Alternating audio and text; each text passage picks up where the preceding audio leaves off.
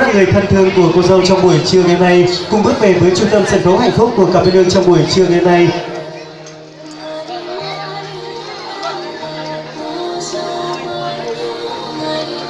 Kính thưa các bậc quý vị cô chú anh chị và các bạn, và trong ngày vui trọng đại hôm nay, cùng với những tình cảm thân thương của người cha người mẹ của cô dâu, cũng về đường xá quá xa xôi, không thể trở lại với trung tâm sân khấu hạnh phúc của cặp đôi trong buổi trưa ngày nay, chung vui cùng với cô dâu và chú rể cũng như kính chào toàn thể quý vị gửi tới những quý vị với những lời thân thương nhất trong buổi trưa ngày nay, thì cũng xin được trân trọng kính mời cháu gái.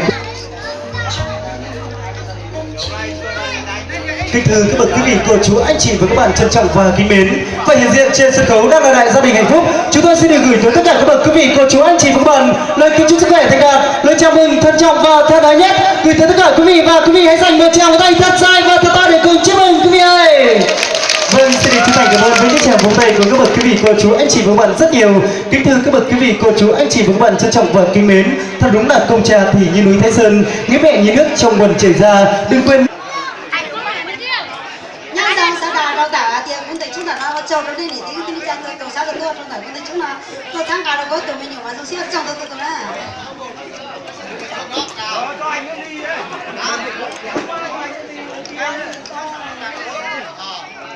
Xin trân trọng kính thưa cảm ơn tất cả bà con và anh em chị em. Hôm nay là ngày vui của con trai và con dâu mới của gia đình chúng tôi. Trước thay mặt bữa cơm của anh em về dự cùng gia đình của chúng tôi ăn một bữa cơm vui vẻ, xin được chân thành cảm ơn tất cả mọi người. Và bên này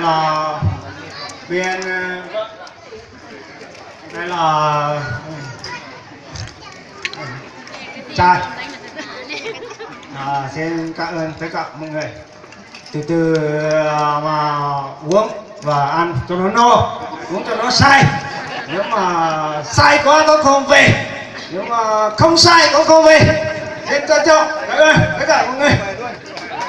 Vâng, quý vị cô chú anh chị và các bạn, chúng ta vừa đến ngày những lời phát biểu của viên biểu đại diện cho hai bên gia đình. Lời phát biểu tuy không ngắn không dài nhưng hay. Xin được cảm ơn với những tình cảm quý báu từ phía quý vị khách quý, các cô ông cô bà, cô dì chú bác cùng bạn bè nam nữ thanh niên gần xa. Chúng ta đã không quản ngại đường xa xa xôi, thời gian công việc của mình, dành những tình cảm yêu ái nhất trở lại với trung tâm tiệc cưới của gia đình nhà trai chúng tôi. Chúc mừng hạnh phúc cho cô dâu và chú rể trong buổi trưa ngày hôm nay, và mỗi một tình cảm thân thương từ phía quý vị khách quý trở lại với trung tâm tiệc cưới của gia đình là những bó hoa tươi thắm nhất dành tặng cho hai bên gia đình, và đặc biệt chúc phúc cho cô dâu và chú rể trong buổi trưa ngày nay. Một lần nữa xin được chân thành cảm ơn với những tình cảm quý báu từ phía quý vị cô chú anh chị và các bạn rất nhiều.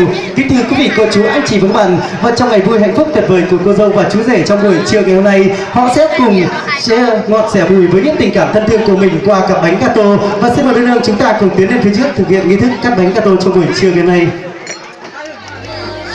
Kính thưa quý vị, chiếc bánh cưới là biểu tượng ngọt ngào của tình yêu, và kể từ giây phút này thì đơn hương họ sẽ chung tay chia ngọt sẻ bùi trong cuộc sống, và sẽ cùng nhau vượt qua với những khó khăn và đồng cảm với